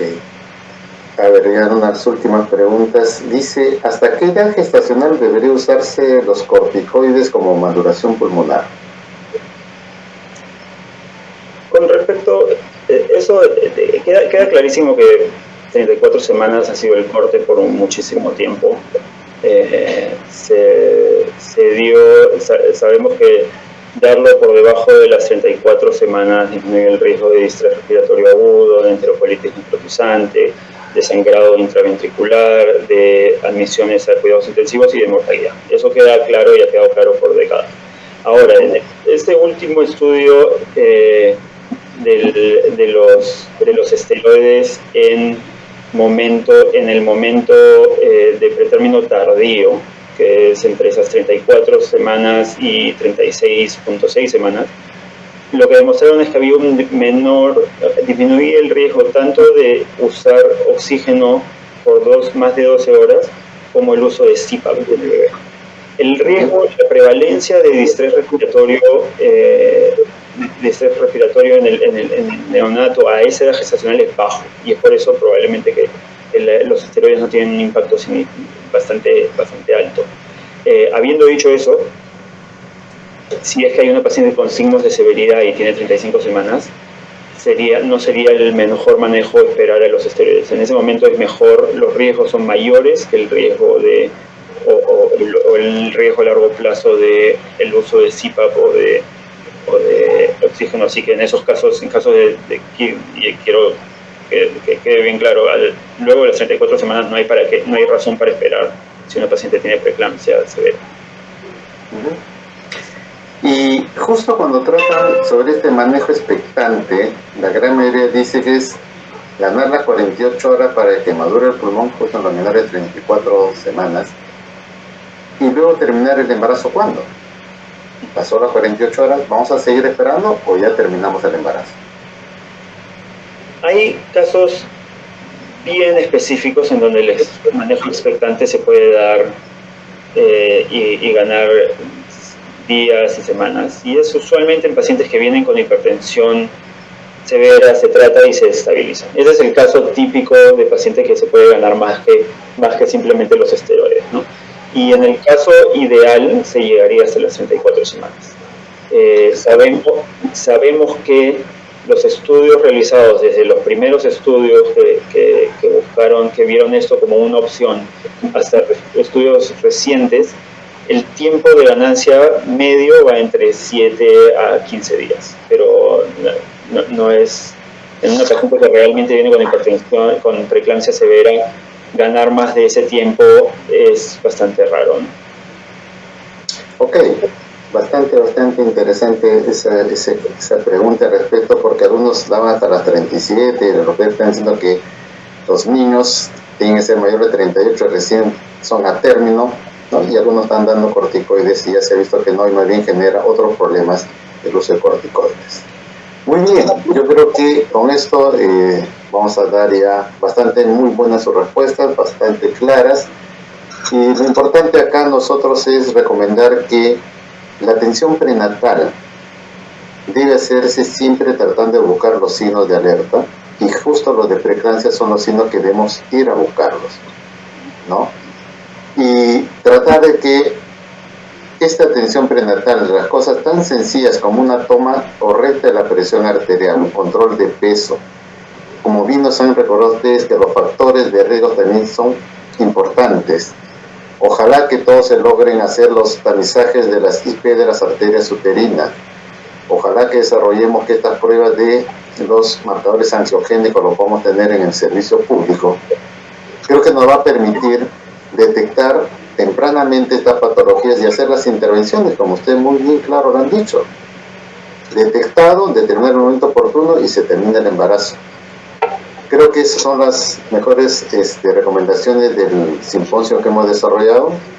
Yo les agradezco por sus excelentes presentaciones, bastante claras y actualizadas, y creo que los participantes en esto también hemos ganado mucho de la experiencia de ustedes. Entonces voy a pasar la conducción al doctor Iter Sandoval para las palabras finales de este seminario. Sí, doctor Iter Sandoval. Bueno, ha sido realmente una noche bastante productiva, con un tema importante, como lo habíamos hecho por música, y no me queda más que agradecer a la doctora Mónica Flores, que ha sido nuestra coordinadora y ponente en este simposio, a la doctora Carla Coronel, excelentes exposiciones, y al doctor Mauricio La Rosa, y a nuestro moderador, al doctor Luis Mesa Santillán, que ha tenido una buena condición esta noche por este tema que definitivamente nos ha dejado muchas enseñanzas. Quiero hacerles llegar a nombre de la sociedad nuestro agradecimiento y nuestra invitación siempre a estas sesiones científicas, y agradecer a todos los que nos han acompañado esta noche. Y también invitarlos a nuestra próxima sesión, el día 27 de junio, en la cual trataremos vacunas y VPH. Les hago nuevamente mi invitación y buenas noches a todos. Gracias. Ok, buenas noches a todos. Y como dicen, nos encontramos en la Jornada Internacional de Julio. Gracias a todos. El 12 al 14 de junio. Bueno, muchas gracias. Saludos para Mónica, chao, Carlos. Saludos, doctor Mauricio. Chao, Lucho. Estamos viendo. Gracias. Saludos. Muchas gracias.